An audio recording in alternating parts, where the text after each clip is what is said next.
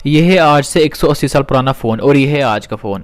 ये है 180 साल पुराना रोड और ये है आज का रोड। और ये है 180 साल पुराना इंडियन एजुकेशन सिस्टम और ये है आज का भी एजुकेशन सिस्टम। हमारा एजुकेशन सिस्टम इतना ज़बरदस्त है, ना तो इसमें एजुकेशन है और ना सिस्टम। नेल्सन मंडेला ने कहा था कि education is the most powerful weapon which you can use to change the world, और ये सच भी है। लेकिन यही एजुकेशन सिस्टम इंडिया में एक बर्बादी बन चुकी है, एक डिप्रेशन का मेजर रीज़न बन चुका है। हमारा एजुकेशन सिस्टम में हमें आज भी वो सब चीज़ें पढ़ाई जाती है जिसका रियल लाइफ में कोई मतलब नहीं।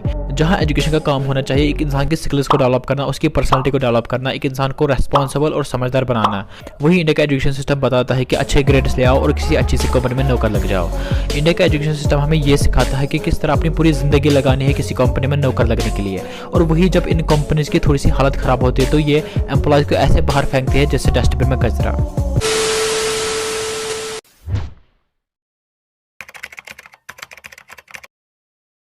आपने कभी सोचा है कि स्कूल कॉलेज में हमें जो भी सिलेबस पढ़ाया जाता है उसका कोई मतलब नहीं। हमारे एजुकेशन सिस्टम में हम जो भी सिलेबस स्टडी करते हैं ना तो वो प्रैक्टिकल लाइफ में काम आता है और ना तो उसका किसी जॉब से कोई लेना देना है। स्कूल कॉलेज यूनिवर्सिटी में हमें जो भी 18-20 साल एजुकेशन दी जाती है वो सिर्फ हमारा ब्रेन वॉश करने के लिए डिज़ाइन है।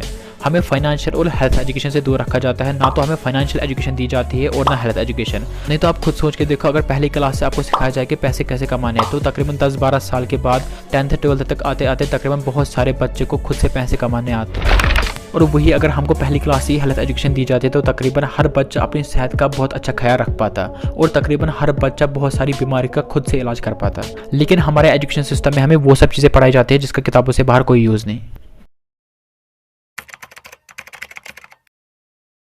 National council of education research की अगर हम माने तो इंडिया में जितने भी बच्चे डिप्रेशन का शिकार होते हैं उनमें से 81% एकेडमिक प्रेशर के कारण होता है। हर साल 1100 के आसपास स्टूडेंट सुसाइड करते हैं और इन सब का एक ही कारण है, वो है हमारा एजुकेशन सिस्टम, जहां टीचर्स के हाथ में बच्चे की पूरी कमांड दी जाती है। जो टीचर्स बोले वही सही होता है। इंडियन एजुकेशन को ऐसा बनाया गया है जहाँ टीचर्स बोलते हैं कि स्कूल के बाद हमारे पास ट्यूशन पढ़ने आओ तो क्लास में टॉप करोगे। हमें आज भी वही सब चीज़ें पढ़ाई जाती है जो एक बुक के अंदर दी होती है, और अक्सर टीचर्स क्लास के बेस्ट स्टूडेंट्स पर फोकस करते हैं और बाकी बच्चों को उनसे कंपेयर करते हैं। अक्सर टीचर क्लास में बोलते हैं कि अगर तुम पढ़ाई में अच्छे नहीं तो तुम्हारे लाइफ में कुछ नहीं हो सकता।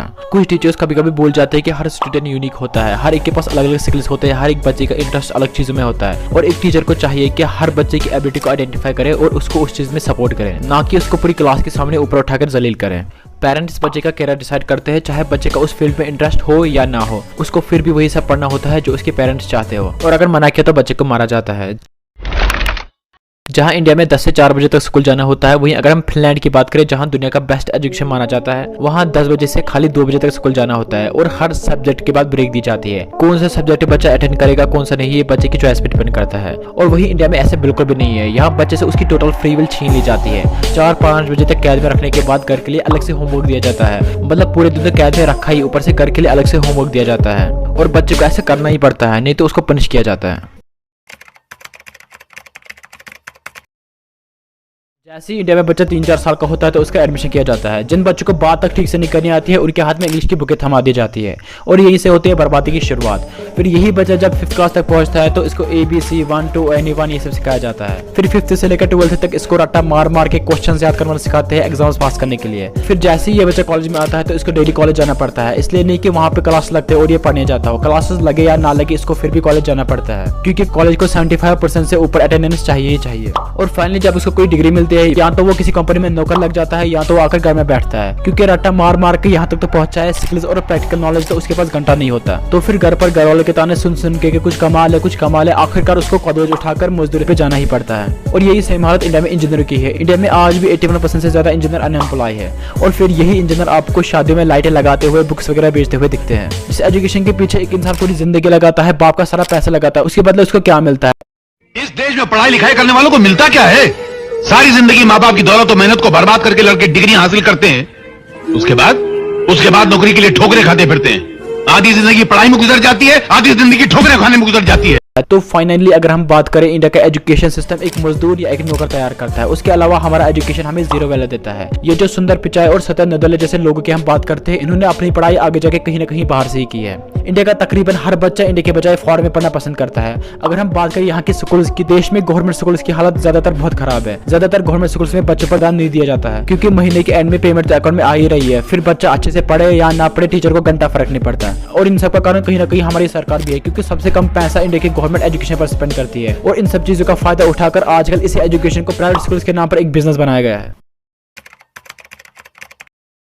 अब बात करते हैं कि ये सब की शुरुआत कब हुई। देखो, गुरुकुल इंडिया का ओल्ड एजुकेशन सिस्टम था जिसमें बच्चे पेड़ों के नीचे दरिया के आसपास पढ़ा करते थे और तकरीबन हर सब्जेक्ट को प्रैक्टिकल वे में पढ़ाया जाता था। इस एजुकेशन सिस्टम में एक अच्छी बॉन्डिंग हुआ करती थी एक टीचर और एक स्टूडेंट के बीच में। टीचर सिर्फ टीचर नहीं था, वो एक गाइड और एक मेंटर हुआ करता था। फिर यहाँ पर आते हैं अंग्रेज इंडिया में आए थे ट्रेड करने, लेकिन उनको कुछ प्रॉब्लम्स फेस करनी पड़ रही थी इंडिया में ट्रेड करने के लिए। एक तो इंडियंस को इंग्लिश नहीं आती थी जिनसे वो इजीली कम्युनिकेट नहीं कर पाते थे इंडियंस के साथ, और दूसरा ब्रिटिशर्स को जो स्किल के लोग चाहिए थे वो इंडियंस के पास नहीं थे। फिर 1835 में ब्रिटिशर्स बुलाते हैं इस बंदे को। ये यहाँ पर आया और इसने यहाँ का पूरा एजुकेशन सिस्टम बदल डाला। इसने एजुकेशन सिस्टम को ऐसा डिजाइन किया जो ब्रिटिशर्स के काम आए, जिससे उनको ट्रेड करने में आसानी हो। और फिर 1947 में इंडिया होता है आजाद। इंडिया के आजाद होने के साथ साथ तकरीबन हर चीज बदली गई एजुकेशन सिस्टम को छोड़कर, और हम आज भी उसी एजुकेशन सिस्टम में पढ़ते हैं जिसको अंग्रेजों ने बनाया था अपने ट्रेड को आसान करने के लिए, और इसी एजुकेशन सिस्टम को आज तक नहीं बदला गया।